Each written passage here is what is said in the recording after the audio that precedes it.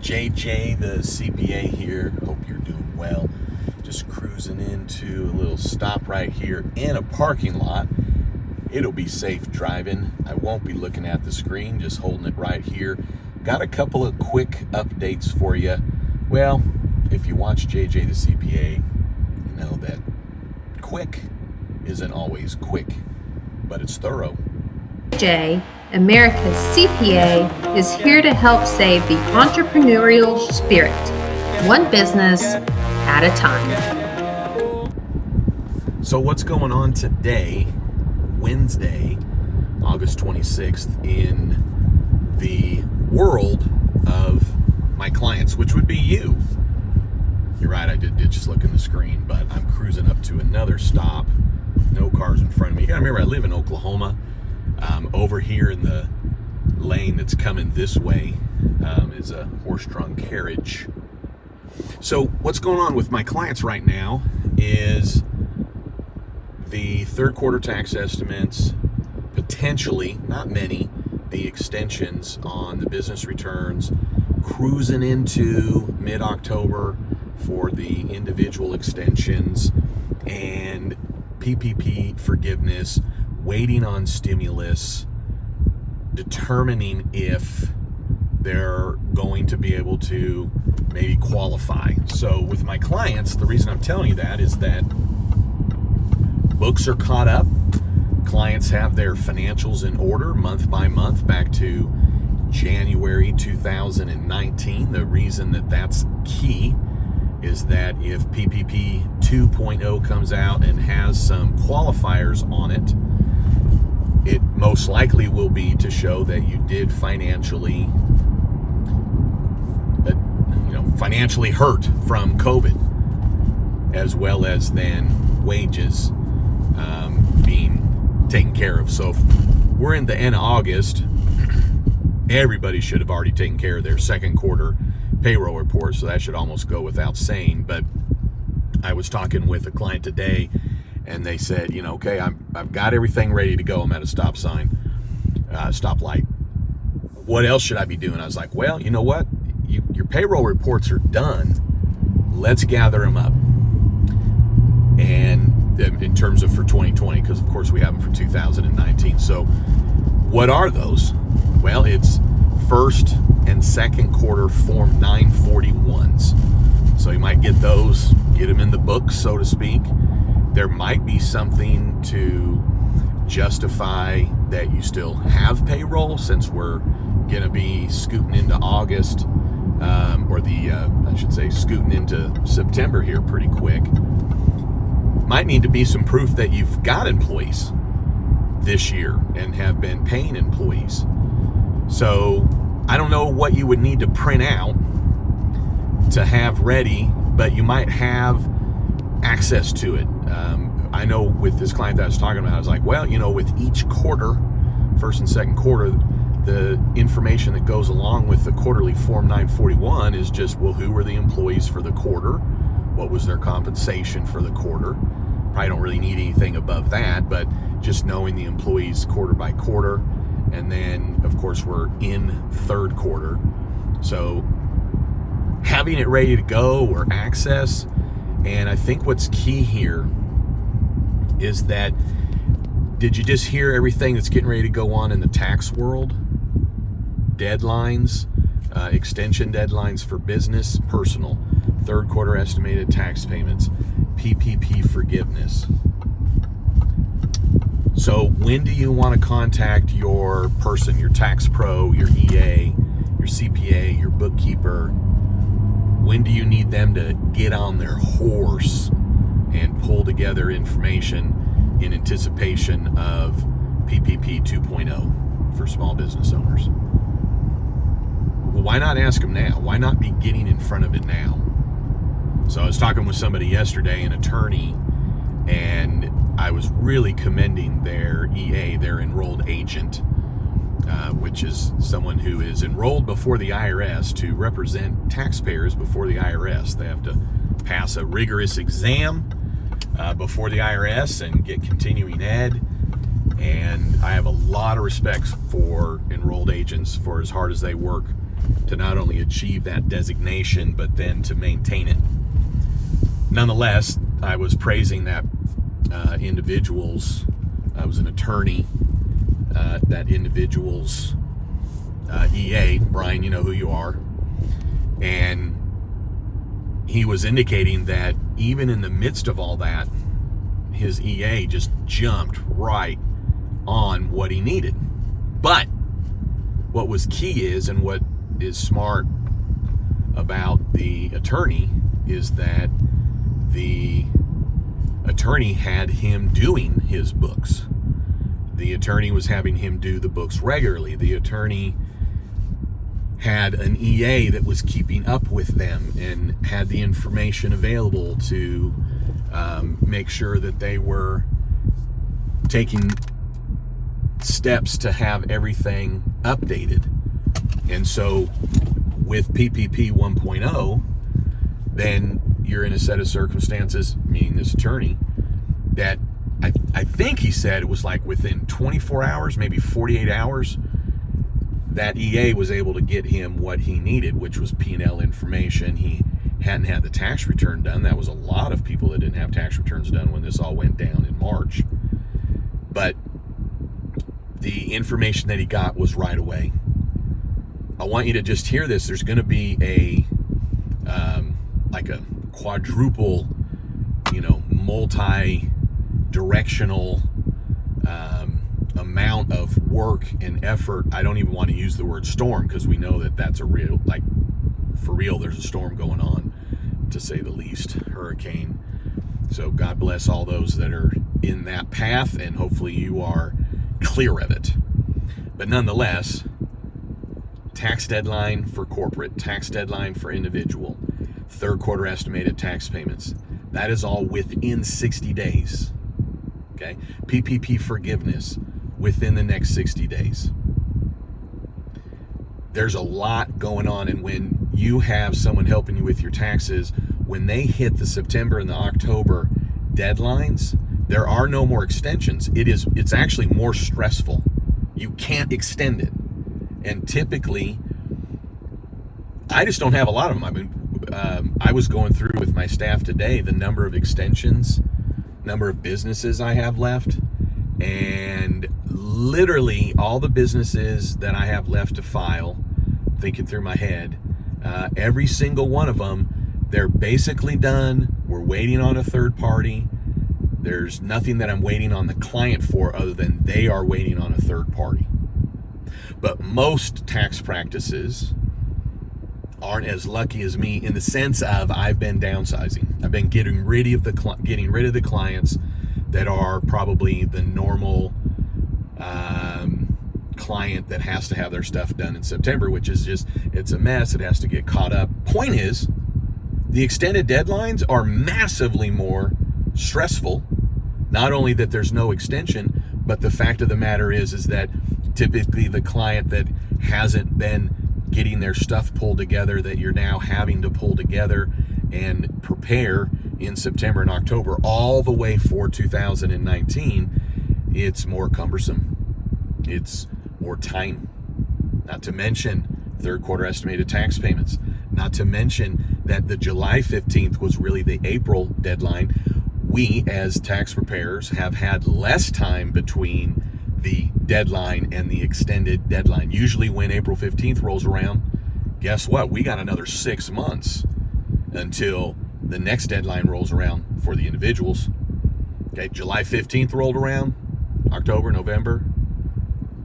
July 15th rolled around, August, September, October, 90 days, right? July 15th rolled around, 60 days till the business deadline.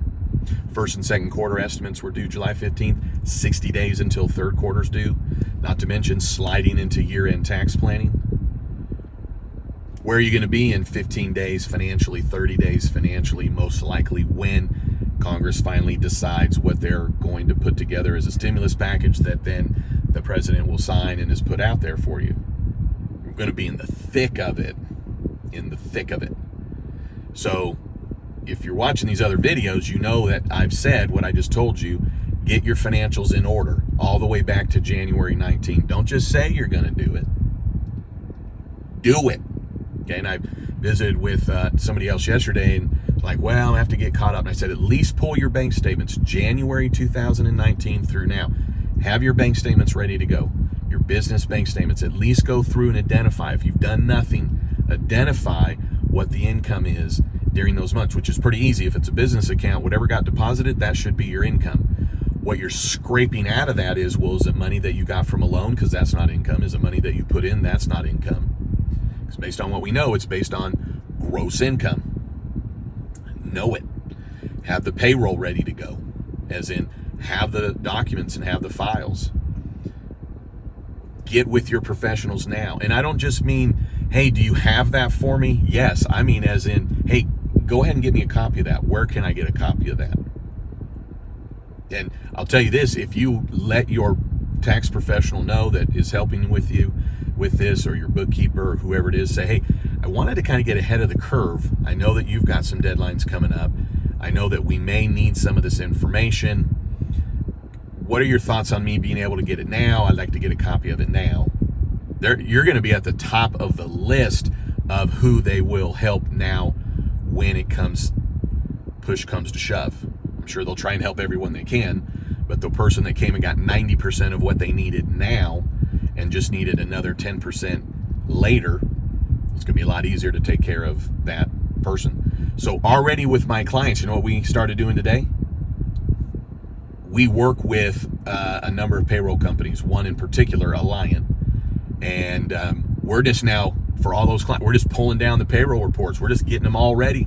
We've already gotten the financials ready, but after talking to this client, we're just pulling down the financials, Now we're pulling down the payroll.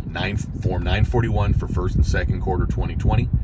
And then the quarterly detail of the payroll, which usually is just, like a payroll register, department summary, depends on who your software company is or whoever you're using. If you're looking at QuickBooks, it would just be your payroll summary report for the quarter. And what you're wanting in that detail, because it's not listed on a Form 941, is who are the employees that were during that quarter and what was their compensation.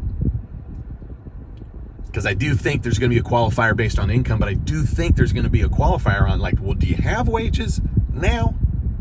I mean, the PPP might be literally based on what were your wages first quarter, maybe even second quarter. The other thing is, and I'm glad you made it to here, is that I am telling my clients, I talked about it in a video that I released earlier today, but I am telling my clients we're waiting to submit PPP forgiveness on 1.0 until we figure out what the stimulus act is going to be, if any, which I really feel like there's going to be PPP 2.0, because well, there's a whole host of reasons, but as it relates to PPP 2.0, there's not, in my opinion, going to be a qualifier, which is if you got PPP 1, you have to achieve forgiveness before you get PPP 2. I don't think that'll be the case at all. That's why I'm not worried about doing forgiveness at all. What I don't want to have is my clients in the middle of PPP forgiveness and somehow there's a monkey wrench of some kind that then prevents them from getting PPP 2. What would that be? I don't know. What's a monkey wrench? You can't identify a monkey wrench, right? It's something that got in the middle of it all that no one was expecting. That's probably the definition of a monkey wrench. So when you're dealing with the government, I've been doing taxes for over 27 years, so I deal with the government all the time, as in the United States Treasury, but each of the different governmental agencies that have anything to do with tax, which is the state, the unemployment, various other states, the county, you name it, right? But when you're dealing with the government, they really need to do one thing at a time. So if you're in the middle of forgiveness, I don't know why it would delay PPP 2.0, but why do something that could cause there to be a delay in you getting PPP 2.0? So it's a good friend of mine said, Kirk, you know who you are if you happen to be listening, but Kirk, he'd say, keep your nose down and your powder dry. So we're in a holding pattern right now. We're in a holding pattern right now. But while we're in the holding pattern, we're getting things pulled together to get ready. All right, hey, I'm gonna go grab a cigar, and actually that's where I was. Amanda's helping something with her son. I went and grabbed a cigar. Until she gets back, I'm gonna have a cigar on the back porch, and so I'm gonna continue this video, just sharing some ideas. So you're gonna see the credits roll, so to speak, and then I'll add on just some other discussion ideas, a couple of tips that I'm talking to clients about while I'm having a cigar. So if you don't like that kind of thing, you don't like cigars, you know, the smoke won't go in your eyes, I promise. It won't come through. I don't know if the sound will be like perfection. I do have a mic, I'm gonna put it on. But anyways, there's what I'm talking with clients about today. Let the credits roll. Please subscribe. I love you. Thanks for tuning in. Don't you ever forget, you've never met a CPA quite like me. The CPA is here, been doing this for years. We bout to get your money right, you got nothing to fear. From the burbs to the ghetto, put the pedal to the metal. I got my mind. JJ the CPA here. JJ the CPA here. Testing 1, 2, 3. All right, sweet. I did a microphone check. Sounds pretty good. Got some cigars at Burn. And look who surprised me coming back early. My soulmate. All right, so what do you want to talk about? Rocky Patel from Burn, which is maybe, what, a mile away from here, Amanda? And Rocky Patel is a cigar maker. It is the dude. And he opened up a cigar lounge that has a beautiful, wonderful humidor in the lounge, of course, live music bar, phenomenal. And ran over there to grab some cigars, getting ready to enjoy. Look at this. Look at this. That is perfection. All right, so cheers to you. This is root beer from dinner. And but I have to show you this. Look at this glass. Thanks to Morgan and Dave of 40 West and Brandon. But look at that. Look at this. It's to put a cigar in. On my social media, Instagram, I posted a picture, or Amanda did. And anyways, but if your cigar's not as thick as the one I'm getting ready, while you're enjoying your wonderful drink, then you can put your cigar in there. But look at that. You can see, look at that. That is freaking awesome. Some people like to cut. They're in their cigars. Some they want to poke a hole. A lot of different things. For me, cut. So before you ask, what is that? It's my mic with a little fuzzy thing on it. Help make sure that the waterfall behind there doesn't distract my outdoor studio sound quality. It's called a boom. A boom. A lot of opinions on how to get your cigar going. I have my own way. I warm the bottom of it. Got this new lighter here. I just kind of warm the bottom of it. Want to get a nice even burn. It's warm.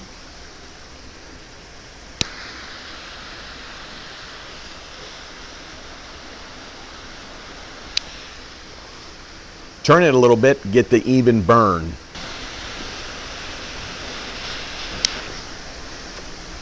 You can tell your wife I said that you can have one. Tell your husband I said you can have one. Amanda likes to have a cigar every once in a while.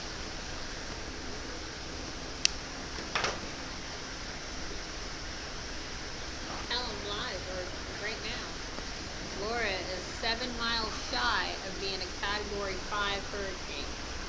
Holy moly. Amanda said Hurricane Laura is 7 miles per hour shy of being what? Category 5. Category 5. Ah, God bless everybody in that path.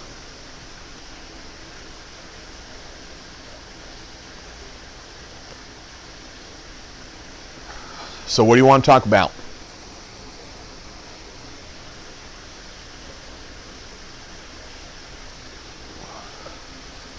Normally when I'm hanging out having cigars. So when you catch me not talking nonstop, you got to every once in a while enjoy the cigar.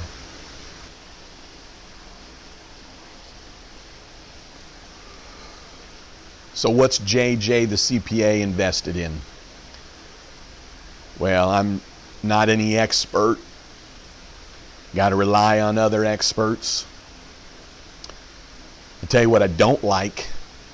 I don't like foreign stocks.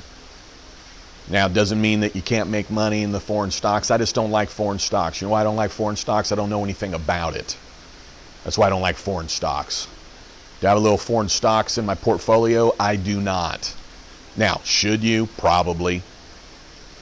I don't like residential rental property as an investment unless you're like the clients I have that have at least 10 properties.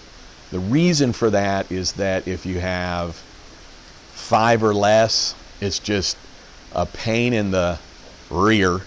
You really don't make money. You're going to spend more every single year than what you bring in. Yes, you're building equity, but by the time you want to get out of it, you don't even care what equity you have. I'm telling you this not from personal experience, but probably going through my head right now over 27 years, I don't know, 50 plus clients that had 1 to 3 to 4 properties, real estate, residential, thought that they might even build it, and they were just like, hated it. It was kind of like, there's 2 excellent days.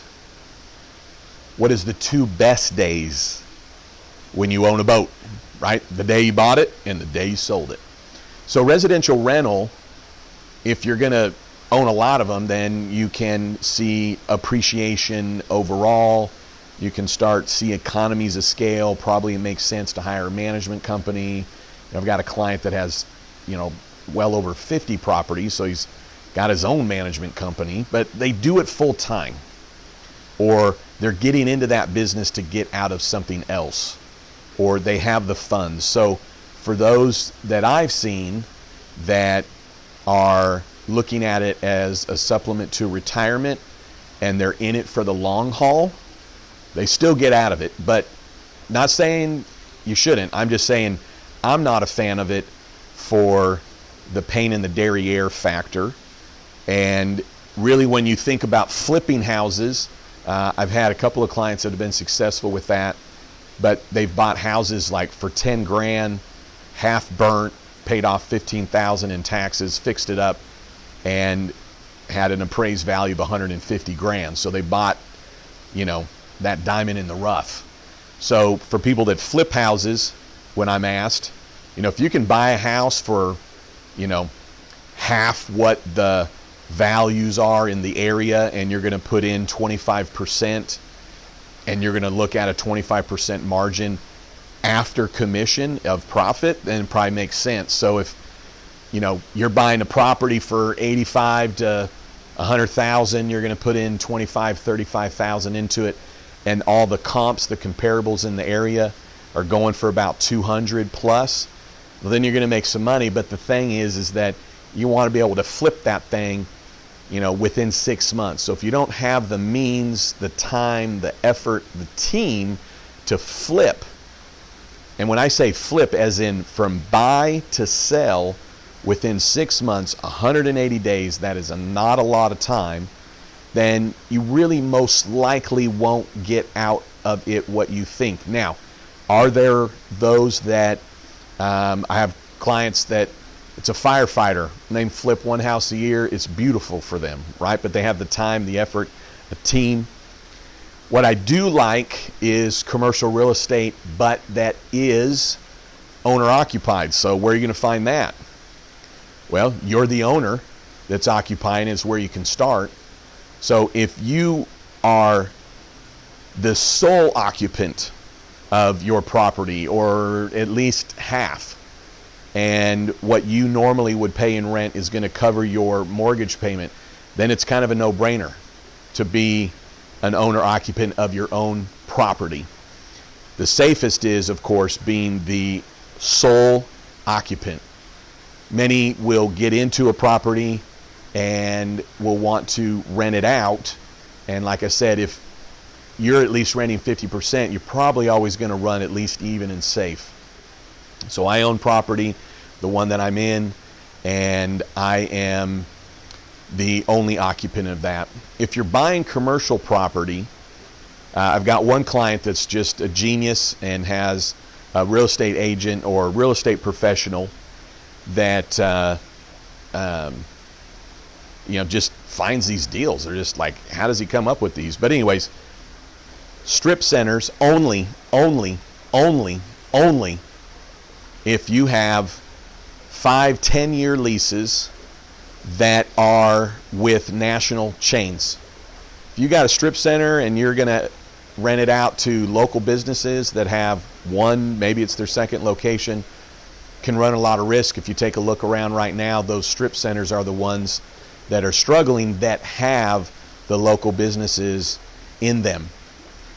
Whether it's a strip center that holds 3 storefronts or a strip center that holds 15, I feel like it's the same risk either way. I had a video that Amanda and I put together. We went and had donuts on a Saturday, and I was surprised that I think it was like 40% of this strip center was now vacant, and recently vacant. And it's a fairly new strip center, probably within the last 5 years. And when I was looking around, 0 national chains. One of the restaurants on the corner that was there is a local chain. But everything that went out were local one owner type businesses, probably a couple miles from my house. And so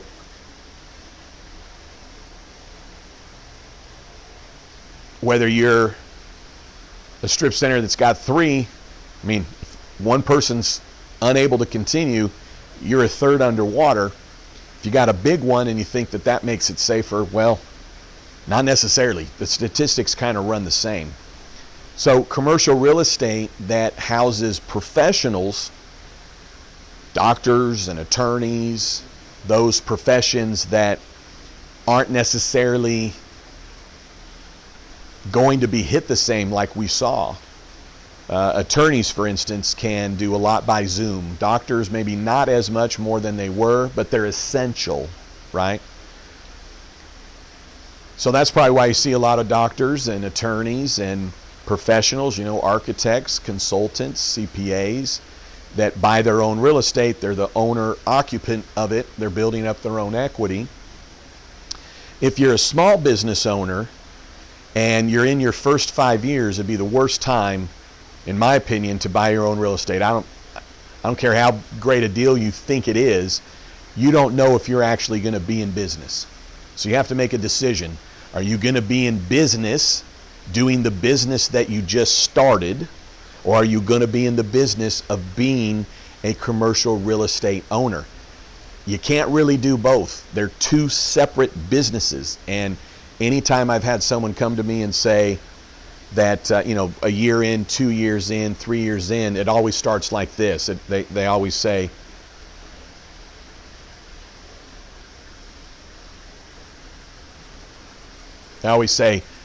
hey, instead of paying rent, because they're usually in a new business, they'll sign a lease that's 2 years long. So they're 2 years in, right? They're getting ready to come to the end of the lease, and it's logical. It makes sense. They're like, gosh, instead of paying rent to somebody else, don't you think I should buy? Here's the biggest reason you don't want to buy the property that you're in your first 5 years. You ready for this? First of all, you might grow bigger and outgrow the real estate or the commercial real estate that you're in. And when I say that, then the client says, yeah, well, then I'll just sell it and I'll make a profit. A lot of assumptions there. The second reason you don't want to do that, you're going to use up your borrowing power on commercial real estate, which means you're going to eat up your borrowing power for your business to grow. You're only one person. It doesn't matter if you got 2 partners, 3 partners, right? If you're in a newer business, whether you're in your 20s, 30s, 40s, or 50s, you're in the incubator of your new business. You want to have available credit to grow your business. When you go into the bank, it seems logical, and I put it in my book, JJ the CPA here, Amazon.com. top 60 questions the last 27 years of with my clients, and about a fourth of it is about lending and banking. But when you go into the bank, you think, well, if I have a loan on my commercial real estate, it doesn't really count because if something goes wrong, they can take my commercial real estate. Well, the banks don't see it that way at all, in the sense of your lending power.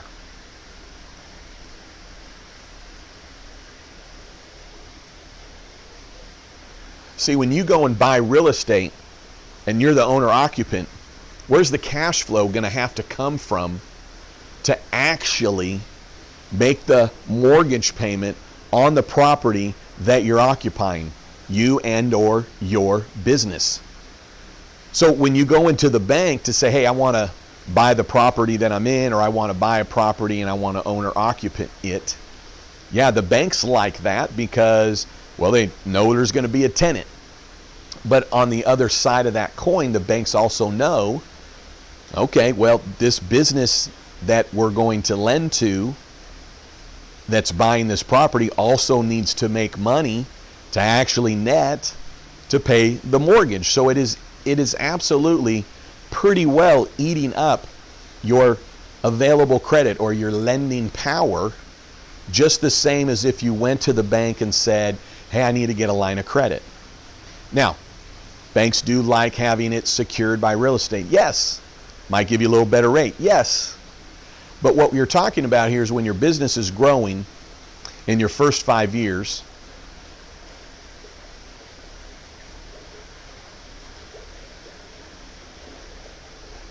I'm just going to pull a number out of the hat based on my experience, okay? You're not going to be able to borrow much more than about 250 grand, okay? Now, if you're a doctor and you're coming out of residency and you've got 8 years of training under your belt, might be a different set of circumstances.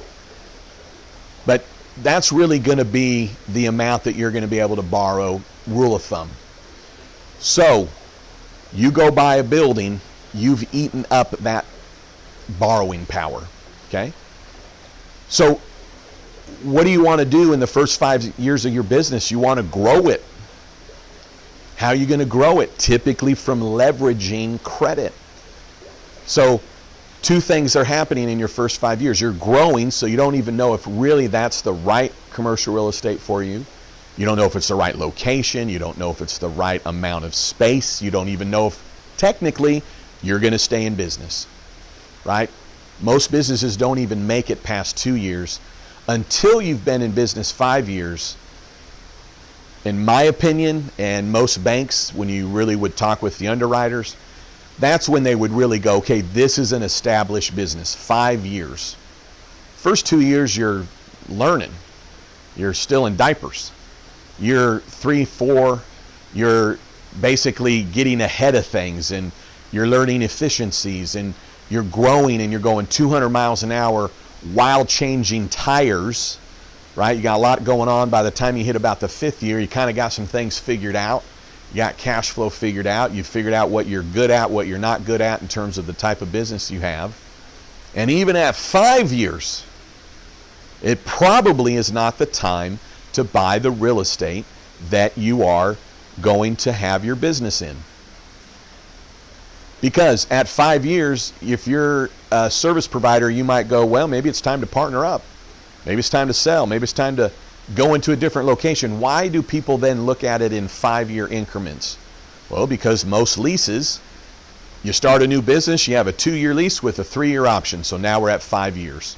So it's really about the 5-year mark that you have a lot of businesses that are then deciding again, well, should I buy the real estate that I'm in? So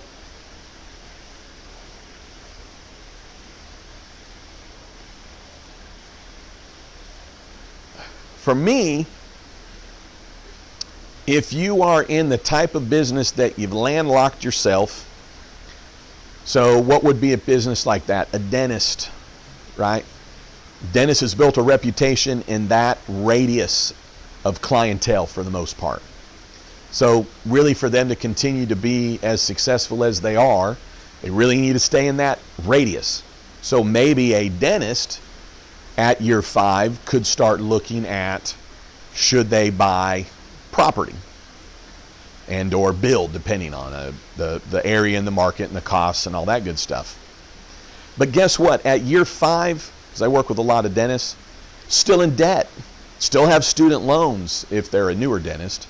So you have to look at, well, what are my other loans at?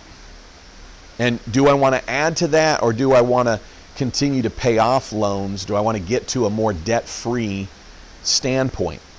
So usually an optimal time with my clients is really around year 10 to year 15, believe it or not.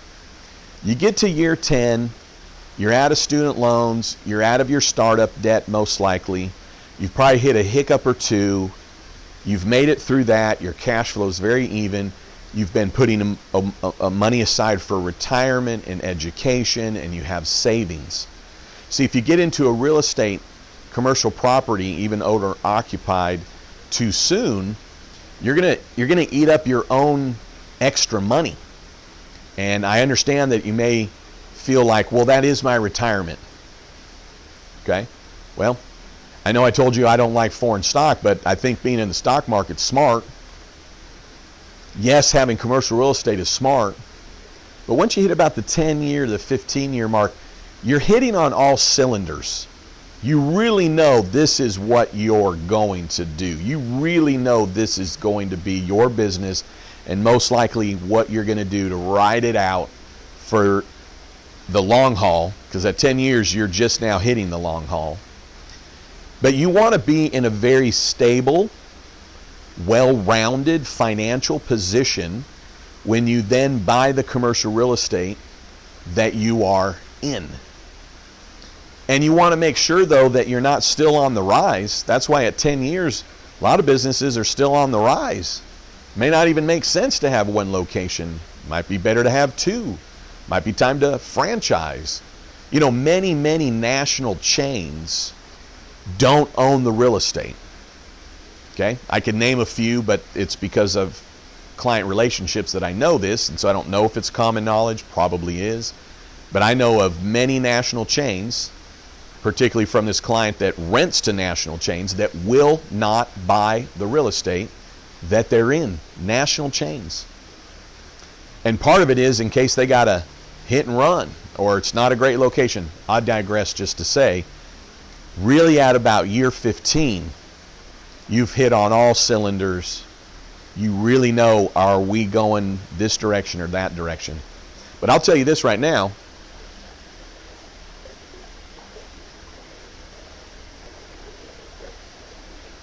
"20 years. I had been in business 20 years and then started to look at buying my own real estate. Now, I will tell you this. When I bought it, I was able to put down a very wonderful, appropriate down payment. Okay? I don't think you should put down more than you have to, but a good amount of down payment. I was able to get a great rate. I have all things hitting on great cylinders and have been. So I don't need to get too much in my personal story. All I'm saying is it was 20 years for me. Because at year 5,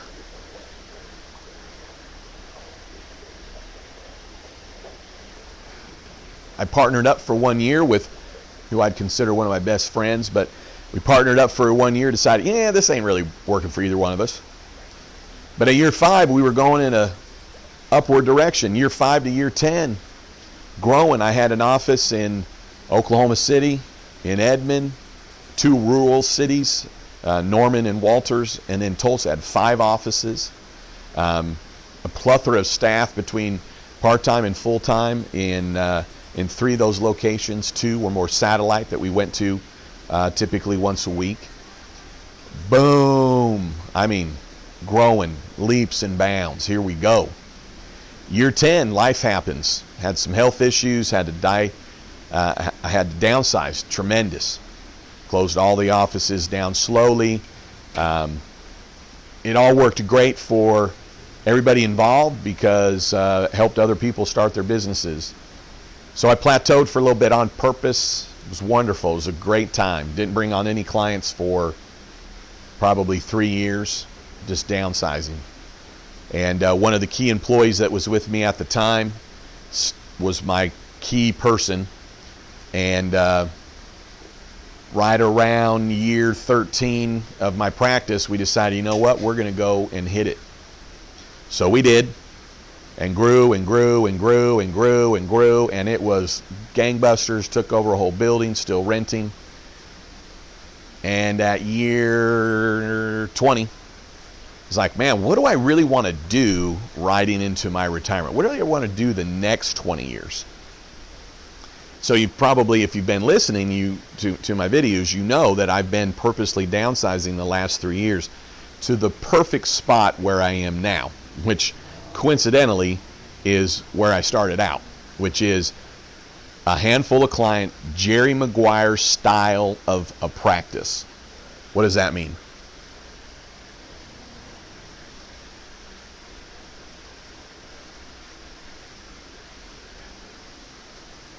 Less clients, more attention. So in the downsizing, the clients got to go with staff they were working with. I helped others start their own practices. And in that, actually achieving more profitability made sense that now as I go into the next 20 years, maybe the last 20 years of my practice, made sense to go ahead and buy now. So it was a nice long decision. And if you saw videos even that I released today, got a beautiful view with a lake behind and wildlife and trees and a scenic view, near ceiling to floor windows. And I say that I am proud of that. Not bragging, just proud of it. But it was at the right time for me. That was the right time for me. So on the real estate, someone in our live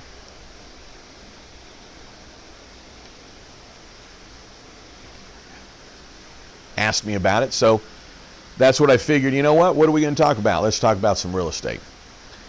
Well, I've been talking and been then not talking with my soulmate, the Amanda, who has been wonderfully over here listening, and she's heard these stories many times. So, hey, thanks for hanging out with me, and we'll see you at the next live. And since we are just hanging out, I'll tell you this.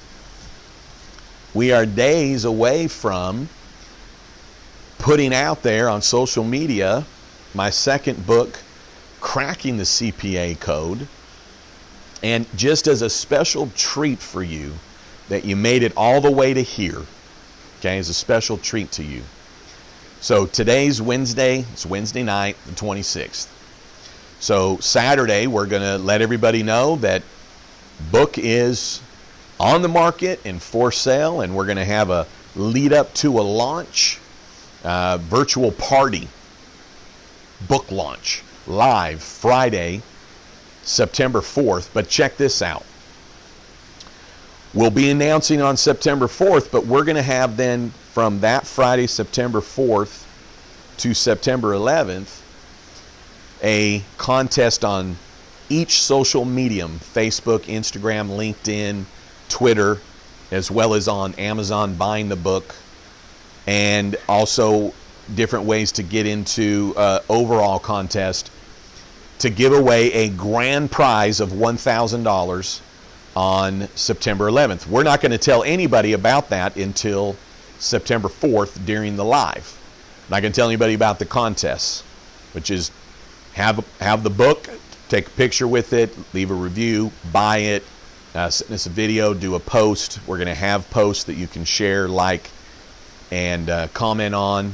All different ways to get in, winners upon winners, with giving away Amazon gift cards, Starbucks cards, as well as, we haven't quite come up with all the gifts. We're talking about maybe a couple of gifts from Tiffany's.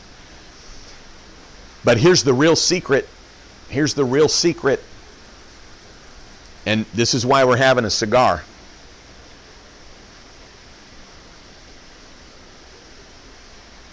You can actually buy that book on Amazon right now. Bless you. Thank you. So I'm very excited about that. It's a book on how to do business with CPAs. Why does that actually matter? Because if you can do business with CPAs, and I don't mean hiring them to be your CPA, I'm talking about getting referrals from a CPA. We're a hard nut to crack. Why? That's what I reveal. Also, on Saturday, we'll be revealing that I will be doing a seminar, 2 hour and 45-minute seminar, cracking the CPA code.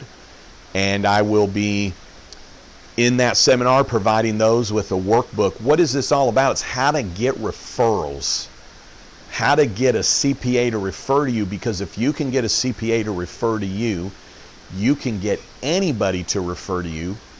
Starting with, you really then have honed in on mastering getting referrals, number one. Number two,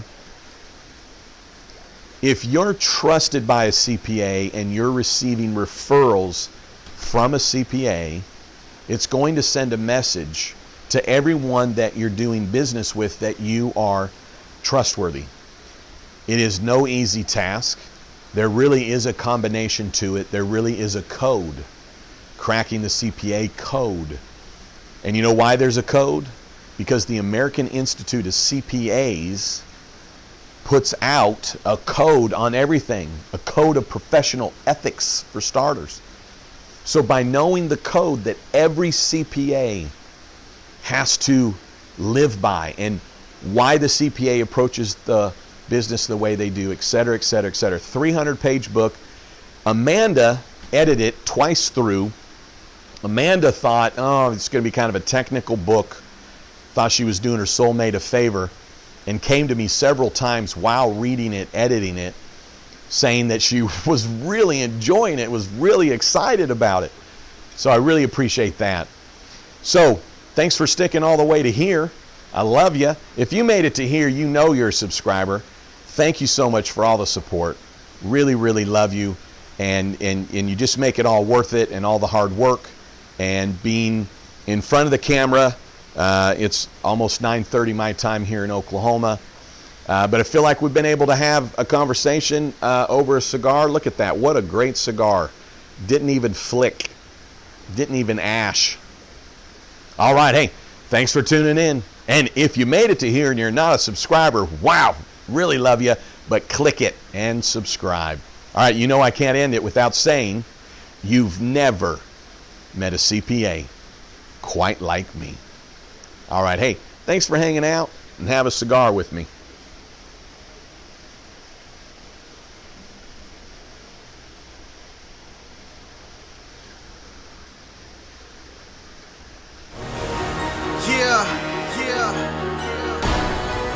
JJ, the CPA is here.